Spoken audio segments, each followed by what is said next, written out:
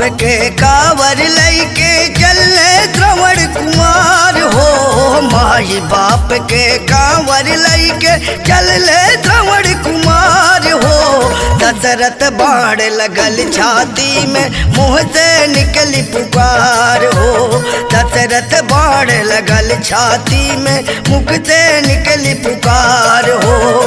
माता पिता के जलवा पियादा, माता पिता के जलवा पियादा हमारे एक अरमान बा। माई बाप से बढ़ के न दूजा पूजा पाठ जान बा। माई बाप से बढ़ के न दूजा पूजा पाठ जान बा।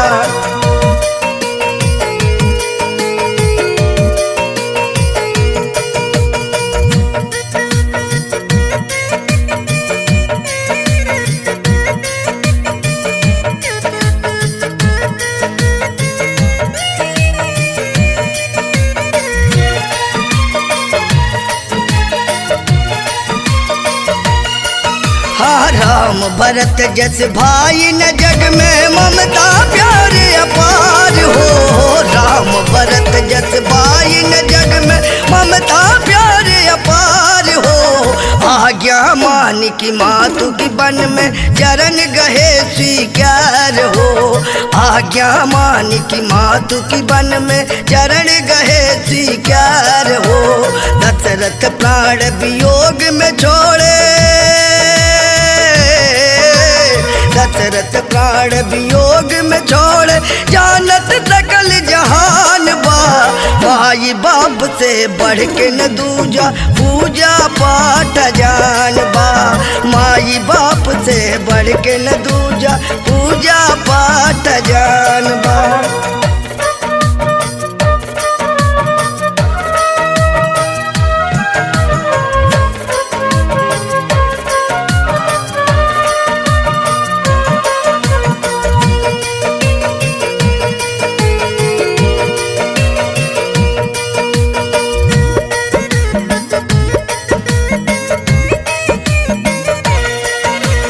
देवलोक की करे परिक्रमा कैले माई के गणेश जी। देवलोक की करे परिक्रमा कैले माई के गणेश जी। पहले पूजनिया तोहरई होई आशीर्वाद महेश जी। पहले पूजनिया तोहरे होई आशीर्वाद महेश जी। माई चरनिया में जिंदगी बिताइबे, माई चरनिया में जिंदगी बिताऊबे नगेंद्र बिरंदर के शान बा। माई बाप से बढ़ के न दूजा पूजा पाठ जान बा। माई बाप से बढ़ के न दूजा पूजा पाठ जान बा। वेद पुराण में लिखल बाड़े, वेद पुराण में लिखल बाड़े माई चरनिया महान बा। माई बाप से बढ़ के न दूजा पूजा पाठ जान बा।